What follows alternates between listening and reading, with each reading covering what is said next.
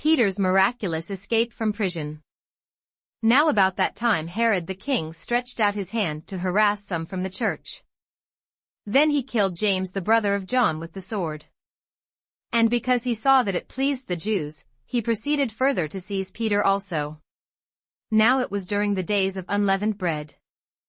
So when he had arrested him, he put him in prison, and delivered him to 4 squads of soldiers to keep him, intending to bring him before the people after Passover. Peter was therefore kept in prison, but constant prayer was offered to God for him by the church.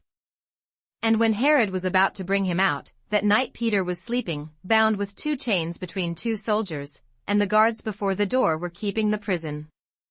Now behold, an angel of the Lord stood by him, and a light shone in the prison, and he struck Peter on the side and raised him up, saying, "Arise quickly." And his chains fell off his hands. Then the angel said to him, "Gird yourself and tie on your sandals," and so he did. And he said to him, "Put on your garment and follow me." So he went out and followed him, and did not know that what was done by the angel was real, but thought he was seeing a vision. When they were past the first and the second guard posts, they came to the iron gate that leads to the city, which opened to them of its own accord, and they went out and went down one street, and immediately the angel departed from him.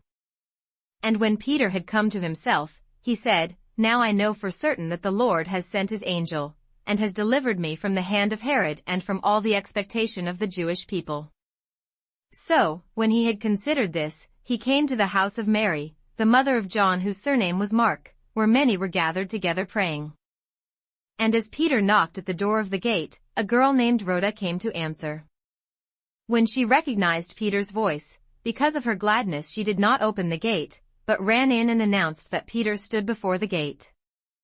But they said to her, "You are beside yourself." Yet she kept insisting that it was so. So they said, "It is his angel." Now Peter continued knocking, and when they opened the door and saw him, they were astonished. But motioning to them with his hand to keep silent, he declared to them how the Lord had brought him out of the prison. And he said, "Go, tell these things to James and to the brethren." And he departed and went to another place.